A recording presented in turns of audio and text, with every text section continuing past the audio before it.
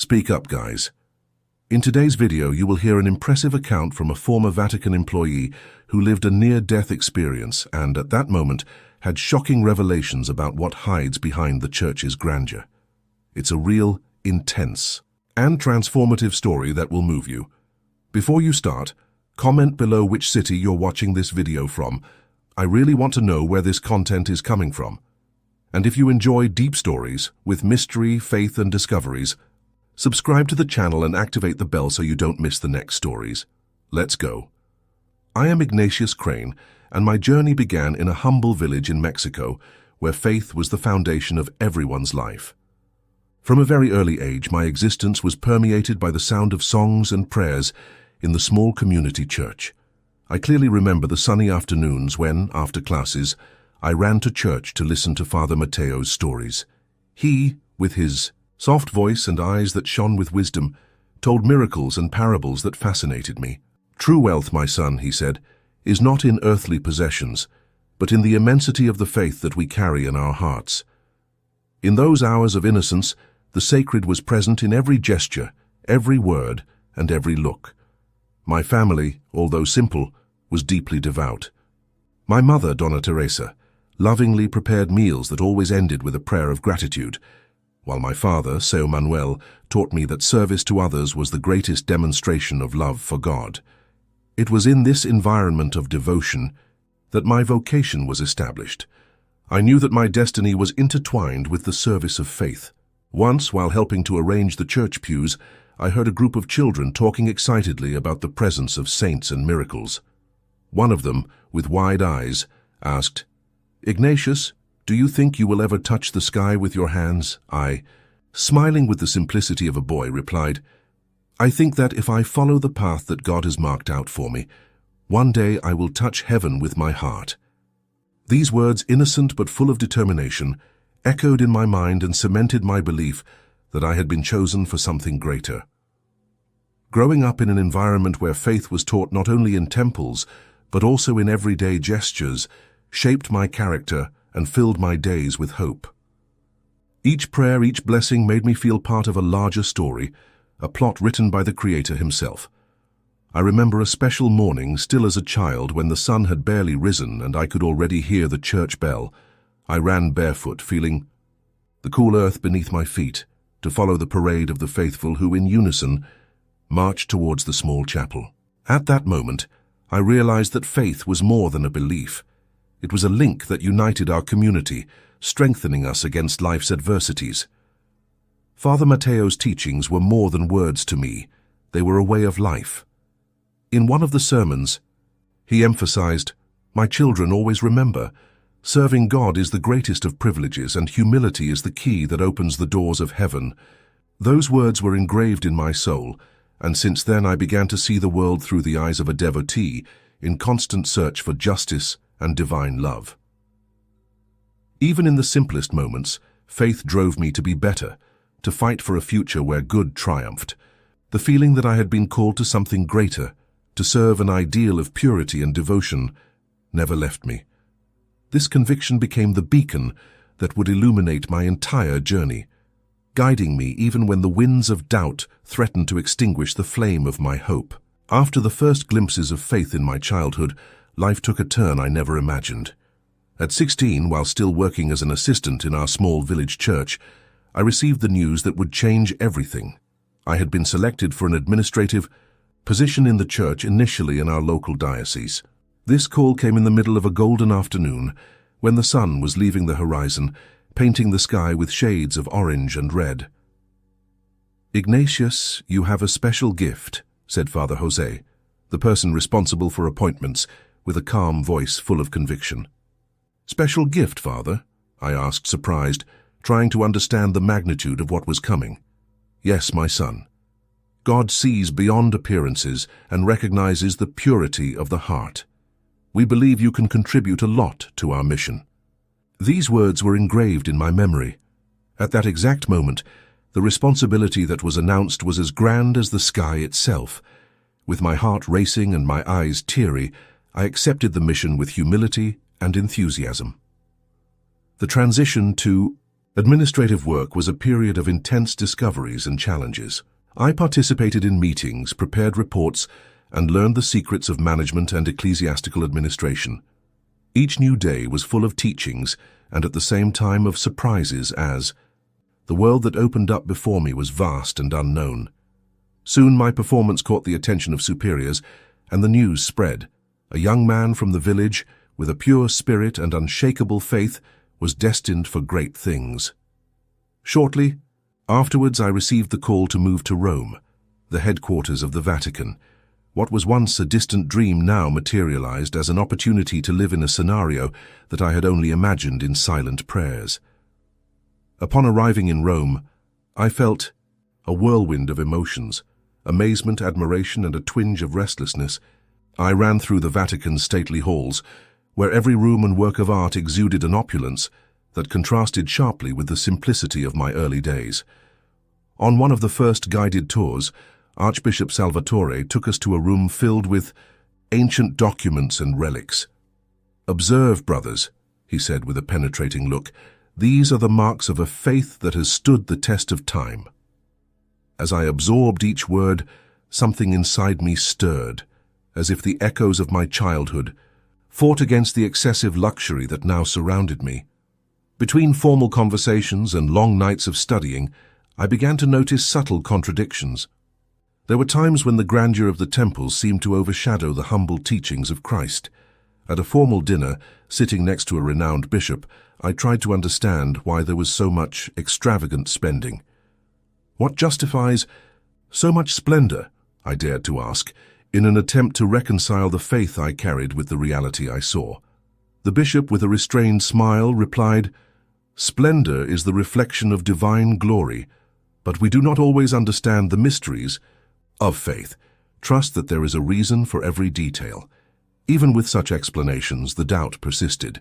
However, the call from God that I felt in my youth never wavered. With each new challenge, I reaffirmed my commitment to the mission entrusted to me. It was at this stage that I learned the importance of resilience and the constant search for the truth, even in the midst of seductive appearances.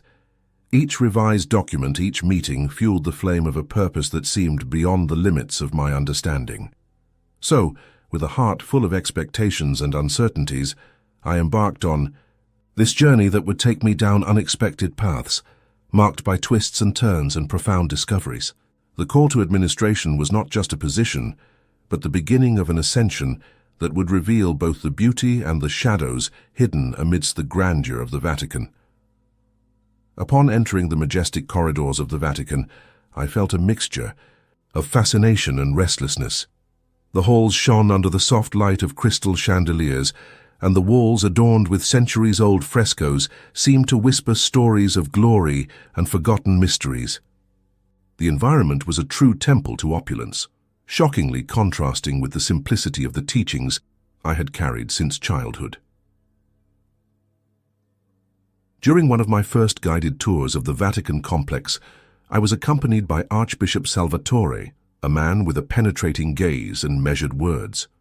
As we walked through corridors lined with polished marble, he commented, "See, Ignatius, every detail here was thought to inspire reverence and remind us of the grandeur of faith." Although his words sounded reassuring, an uncomfortable feeling began to settle inside me. The excessive luxury, the ostentatious opulence, seemed to move away from the values that had always taught me humility and simplicity. On one particularly memorable afternoon, I was invited to attend a formal dinner with some of the Vatican's senior dignitaries. Sitting at the table, surrounded by imposing faces and looks that reflected tradition and authority, I tried to understand the purpose of that celebration.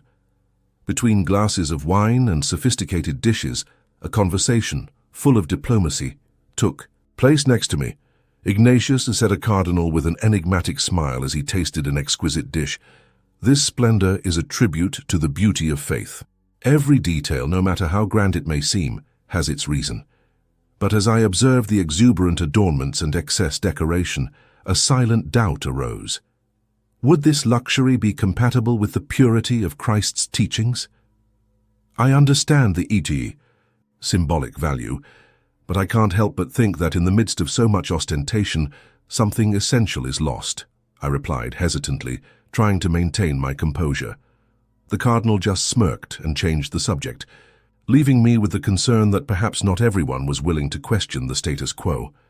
Over the next few weeks, I was tasked with tasks that increasingly led me to interact with the financial and administrative aspects of the institution. In private meetings, he reviewed contracts and budgets that detailed extravagant expenses, lavish parties, expensive trips, and art acquisitions whose value exceeded the practical sense of administering the faith. Ignatius confided one of the financial assistants as we leafed through an extensive report.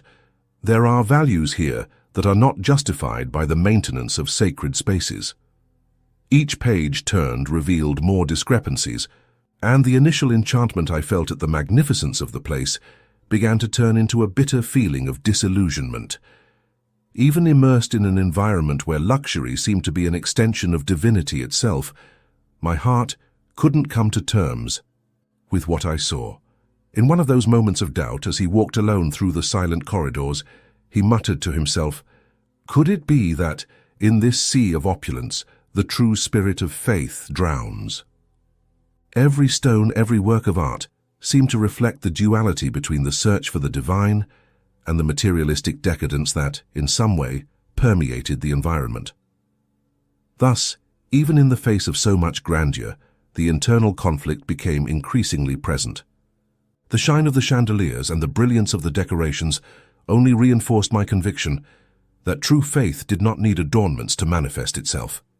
The truth, hidden beneath the glittering cloak of luxury, cried out for a revelation that I, still young, was about to discover.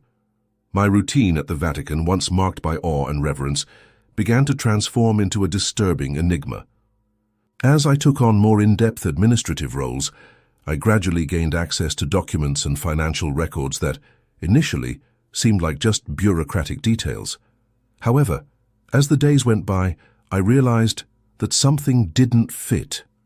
During a rainy afternoon, while reviewing a stack of reports in a dimly lit office, my eyes came across numbers and transactions that were at odds with what was expected from an institution dedicated to spirituality. "That doesn't make sense," I muttered, rubbing my eyes tiredly as I leafed through the report.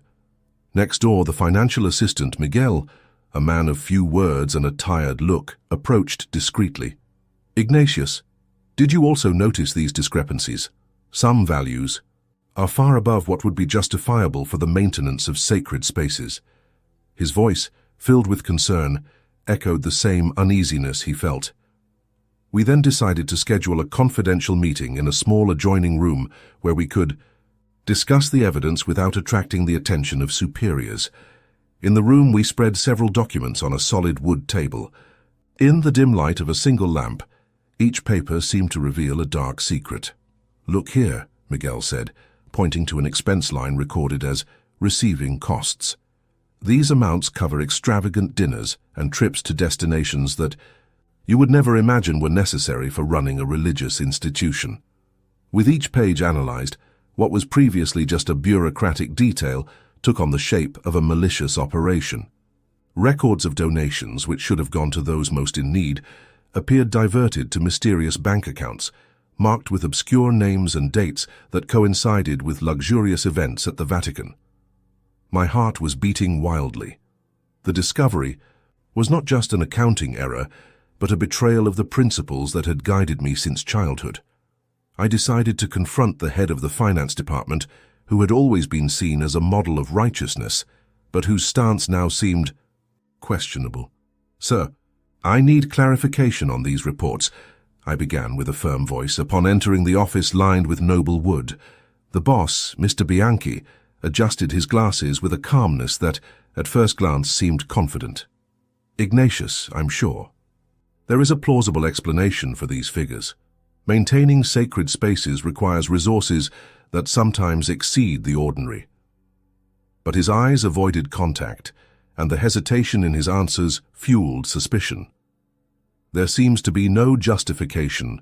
Sir, donations from the faithful, many of which come from humble people, are being diverted. This is not just a question of numbers, but of ethics and faith. The room was silent for a few moments.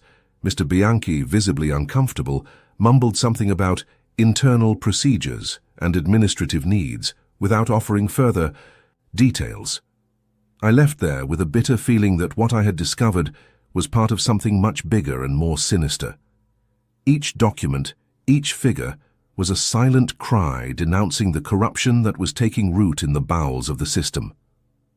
The weight of that revelation tightened my chest, and the anguish of knowing that so many believers were being deceived mixed with the fear of possible retaliation. Later, as I walked through the almost empty corridors of the Vatican, I replayed in my mind every detail of the irregular transactions. Discreet conversations with other employees and furtive glances, exchanging information, confirmed to me that this was not just an isolated failure, but rather a recurring practice. "We need to act with caution, Ignatius," Miguel whispered next to me in a corridor. That advice, filled with fear and determination, would mark the beginning of a journey that would lead me to confront not only corruption, but also the very essence of the values that I once believed unshakable. In the dead of a cold night in the Vatican, the weight of the discoveries and the constant fear of reprisals meant that I could barely sleep. Still wandering the corridors in thought, I remembered each suspicious number, each document that evidenced corruption. It was on one of these nights, while reviewing papers in an empty and almost abandoned office, that something unexpected began to happen. Feeling a sudden wave of weakness, I leaned against the table and tried to focus on my breathing. The distant sound of footsteps echoed, but it seemed to belong to a different time. My heart raced and my vision began to blur. In the midst of this whirlwind, I heard a soft but authoritative voice saying, "Ignatius, allow yourself to see beyond appearances." I couldn't identify where the voice came from, but it resonated as if it were inside me, taking me to a place where time and space dissolved. As my strength faded, I felt as if I was being pulled into an abyss of intense light. The walls of the office, once so solid and imposing, began to undulate in a sea of colors that I could never describe. Every detail of the environment seemed to transform, as if time itself had stopped. All around me, the sounds mingled with murmurs of prayers, as if the voices of ancient saints and martyrs had joined together in a heavenly choir. In this state of almost unconsciousness, I floated for moments that seemed eternal. I saw figures, shrouded in light, faces that conveyed both serenity and sadness, and at the same time dark presences that seemed to carry the secrets of an ancient corruption. In one of these moments, a figure with features marked by compassion and wisdom approached and spoke in a voice full of revelation. "Ignatius, the truth you seek is beyond numbers and figures. It is the essence of faith, hidden by years, of pride and opulence." I tried to respond, but my words were lost in the immensity of that liminal space between life and death. I could only feel the impact of his words, which echoed in every cell of my being. The experience intensified. I felt like my soul was being peeled back, revealing the scars of my lost innocence. Every physical pain that I had ignored for years now seemed to take on meaning, as if the body itself was crying out for spiritual purification. Amidst the pain and light, a sense of deep peace began to emerge. It was as if in that moment all the weight of hypocrisy and corruption were dispelled by the flame of an ancestral truth. When finally the darkness began to recede, I returned to reality with my consciousness divided between what had been and what could be. Lying on the cold floor of that office, I heard the voice again, now softer, almost like a farewell whisper. "Remember, Ignatius, that true faith is not measured in riches or luxury, but in the ability to see and love without judgment." From me. That moment on, I felt that something in me had changed irrevocably. They weren't just images or sensations. They were revelations that settled into the essence of my being. The near-death experience laid bare the corruption that permeated the system, and at the same time gave me the pure essence of the faith I had sought since childhood. After the disturbing revelations that marked my near-death experience, the weight of the truth became unbearable. For days I was immersed in a whirlwind of contradictory emotions, internally debating what I should do. The atmosphere of the Vatican, with its bewitching opulence, became a spiritual prison for me. One morning, still shaken by memories of the episode, I sat in my small office, my eyes fixed on a document that no longer seemed merely administrative, but a testimony to a cruel reality. Beside me, Mr. Bianchi, whose trembling countenance revealed the secrets he carried, murmured, "Ignatius, I know that what you saw and discovered is difficult to accept. But remember, there are greater forces that drive us. However, I could no longer silence the cry of my conscience. I stood up abruptly, my voice firm despite the inner tremor. I can't keep pretending that everything is in order, every misappropriated figure, every hidden transaction. All of this tarnishes the faith that once guided me."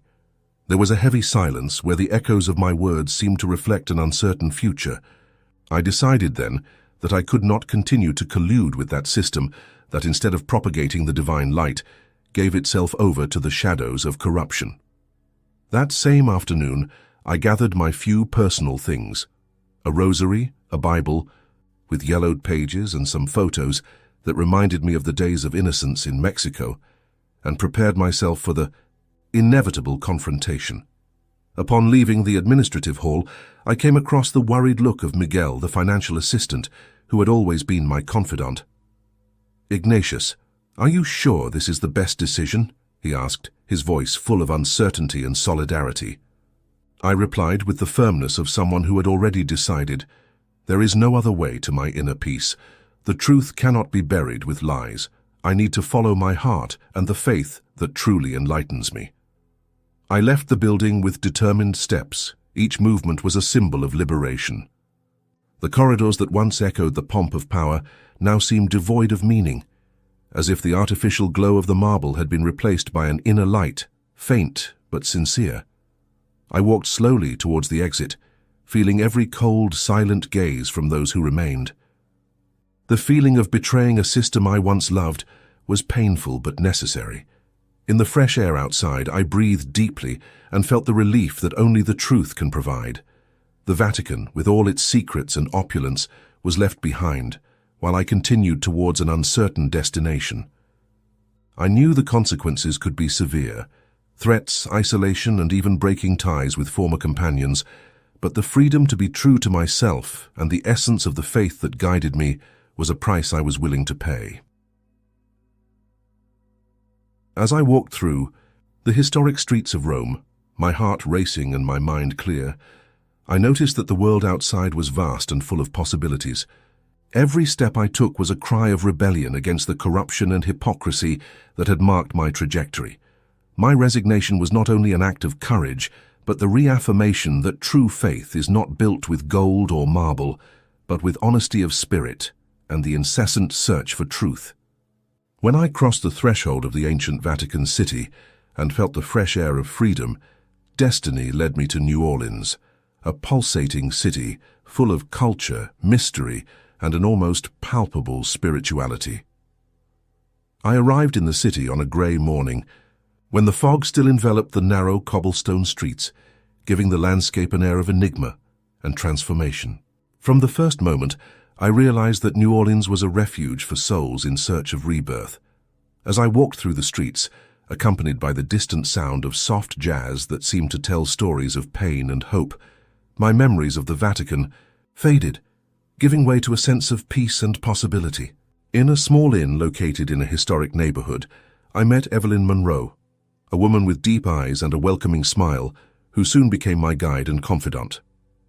"Welcome to New Orleans, Ignatius," she said, as she offered me a cup of strong, aromatic coffee, prepared with a touch of cinnamon. "Thank you, Evelyn. I feel that here, among these streets and under this music, I can find a new meaning for my faith," I replied, still feeling the weight of the past days. During the first few days, I spent hours exploring the city, admiring the unique mix of cultures and traditions. On a walk through the French Quarter, I met Benjamin Pierce, a man with a soft voice and enigmatic gaze, who seemed to carry secrets from a turbulent past. Sitting in a bar with low lights and the sound of a melancholy saxophone, he commented, "New Orleans is a place where the ghosts of the past mix with the dreams of the future. Every corner has a story, and each story carries lessons of redemption. Benjamin's words resonated within me, awakening a dormant hope. Even so, the pain and disillusionment of the Vatican did not disappear completely, but took on new contours. They were now scars that in some way strengthened me. One Sunday morning, I was invited to a mass in a small church, far from the big temples and institutional pomposity. The chapel's simple interior, with aged wooden benches and colorful stained glass windows that filtered the light in soft tones, offered a welcoming and serene atmosphere. During the celebration, the pastor, with a soft and sincere voice, emphasized, "Salvation is a free gift from God, which is revealed in the simplicity of our hearts. We don't need excesses to feel the divine presence." As I listened to those words, I felt a renewed sense of belonging. There, far from excess and corruption, faith manifested itself in a pure and uncomplicated way, and each note of the song seemed to soothe the wounds of my past. In the days that followed, we formed a small group with other truth-seekers. Sophia, Reynolds, a young woman with vibrant eyes and determination, and Charles Donovan, a man whose experience and wisdom brought unexpected relief, joined us. Together we shared stories, doubts and hopes in meetings filled with intense conversations, coffee and the contagious energy of New Orleans nights. In the midst of these exchanges, I realized that even after so many losses and betrayals, there was still a place where the truth and authenticity of faith could flourish. Every street, every musical note, every sincere look reaffirmed to me that New Orleans was more than a physical refuge. It was a spiritual new beginning.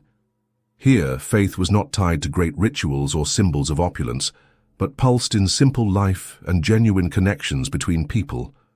And so, as the city welcomed me, I began to rediscover the essence of my belief, learning to value simplicity and honesty above all else. After settling in the simple community of New Orleans, a new cycle of redemption began to take shape in my life. It was as if the silence and simplicity of that small church, far from the pomp of the Vatican, had dissolved the heavy burden of the past, allowing a spiritual renewal to blossom within me. Little by little, the internal chaos gave way to serene clarity, and each day became an opportunity to rewrite my relationship with faith. One Sunday morning, as the sun timidly emerged through the clouds, I entered the chapel that served as a shelter for so many seekers of truth. The simple wooden countertops and colorful stained glass windows that filtered the light in soft hues created a welcoming environment that seemed to whisper secrets of hope and rebirth. The pastor, a man with a calm voice and a serene smile, began the Mass with a prayer that touched my heart deeply.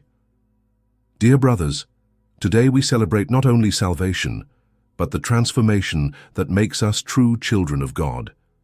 May each soul present here find on their journey the forgiveness and peace that only divine love can offer." As the pastor's words echoed through the church, I felt a wave of emotion wash over me.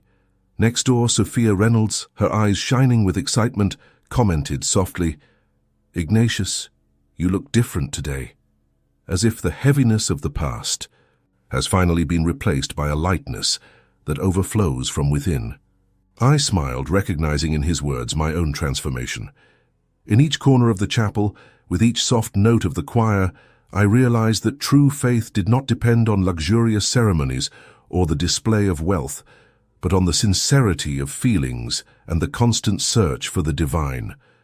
In conversations that lasted for hours after Mass, I shared stories of my experiences with other members of the community. Charles Donovan, in his grave and practiced tone, often said, "Life presents us with moments of crisis so that we can be reborn." What you experienced, Ignatius, is proof that, even in darkness, the light of truth always finds a way. During these exchanges, I learned to forgive not only those who had failed me at the Vatican, but also myself for having carried so much burden. The rebirth he experienced was a delicate process, marked by small daily victories. The smile of a child, the warm hug of a friend, the feeling of peace when reading a verse from the Bible. Each gesture became a reaffirmation that I was finally walking the right path. One evening, as I walked along the banks of the Mississippi River, the cool breeze seemed to whisper stories of ancient rediscoveries. Amidst the distant melody of a saxophone, I met Benjamin Pierce, who stopped me and said, "New Orleans has that gift, Ignatius. Here the truth is renewed every moment. What you went through was painful, but now the transformation you experience is a gift. Embrace her with your entire being." His words echoed like a mantra, reminding me that rebirth is not a final destination, but an ongoing journey. Little by little, each emotional wound began to heal, and faith manifested itself in a purer and more spontaneous way. Thus, surrounded by the simplicity and sincerity of the environment, I felt that true transformation did not come from grandiose rituals, but from the ability to look inside, recognize one's mistakes, and allow oneself to start over. Now, after facing the trials and experiencing such a profound transformation, I feel that my journey cannot end in silence. What I experienced, the corruption, the near-death experience, the renunciation and rebirth in New Orleans, needs to be shared, not as a public manifesto, but as a sincere testimony of truth and faith. Every step taken, every tear and every whisper of hope forms the basis of a legacy that, even modest, carries the power to illuminate the paths of others. One afternoon, as the sun said goodbye, dyeing the sky with shades of gold and orange, I gathered our small group at Evelyn Monroe's house, where the conversation flowed with the naturalness of old friends. Sitting in an improvised circle, we exchanged stories and reflections on the challenges of faith. It was then that I decided to share my story in a frank and intimate way. "Friends," I began, my voice full of emotion, "what I experienced in the Vatican cannot be forgotten.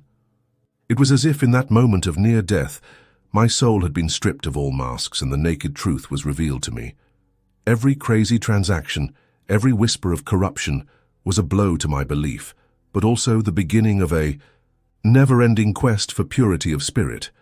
Sophia, with teary eyes, interrupted, "Ignatius, your story is painful, but it also inspires us to look for the true essence of faith, far from the excesses that hurt so much." "Exactly," I replied, holding her hands tenderly. "And that's why I decided that my experience wouldn't be a burden just for me. I can't write books or give lectures. My life is simple, but every word I share here is an invitation for you, and everyone who has access to this story, to question, reflect, and seek a genuine connection with God. The truth is in the little things, in a look, in a gesture, in a prayer made from the heart." That night, between laughter and tears, I also heard the stories of others. Charles Donovan told of the dark days when the shadows of the past still haunted him, and Benjamin Pierce revealed how the opulent environment of the Vatican taught him to value the simplicity of life. Together, we formed a community that grew stronger through sharing and the courage to face the system, even if in a discreet and personal way. As I described each detail, I felt the weight of the years transform into strength and clarity. My renunciation, which had previously seemed like a desperate act, took on a new meaning. It was a rebirth, a liberation that had transcended the material and the corrupt to find the true essence of faith. It was not a question of condemning an entire institution, but of recognizing that true spirituality cannot be curtailed by vested interests or excessive luxuries. Today, as I continue my modest routine in New Orleans, my testimony spreads through conversations, networks, and informal meetings. I know that not everyone will accept the truth easily. The pain of revelations can be uncomfortable, but the freedom that comes with honesty is something you can't deny. And so, I move forward with a light heart, aware that my every word can light the flame of hope in someone who, like me, seeks a path of authentic and stripped-down faith. After so many days of pain, revelations, and rebirths, I reached a point where I understood that my journey could not just be an echo of the past. On a mild afternoon, as the sun prepared to set over the New Orleans skyline, I sat on the banks of the Mississippi River, watching the waters flow serenely, as if they were telling secrets of renewal. It was at that very moment that I decided that my legacy would be more than a simple account of suffering. It would be a call for everyone to find peace in the midst of turbulence. As dusk colored the sky with hues of orange and violet, Evelyn appeared at my side, carrying with her a cup of aromatic tea. "Ignatius, you look like someone who found the answer," she commented, with the tender look that always conveyed security. I feel like every tear and every fight prepared me for this moment, Evelyn. Today I realize that abandoning what was false freed me to embrace what is real, I replied, my voice choked with emotion and conviction. At that moment, the words of the pastor of the small church which had so comforted me resonated in my mind.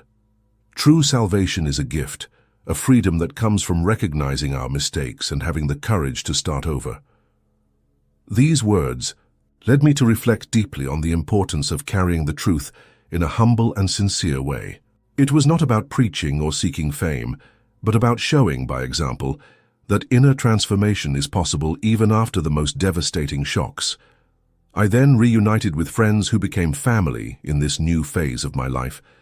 During a meeting, in the comfort of a small community hall, I shared with everyone what I felt. My dear ones, I began, looking at each face that reflected both pain and hope.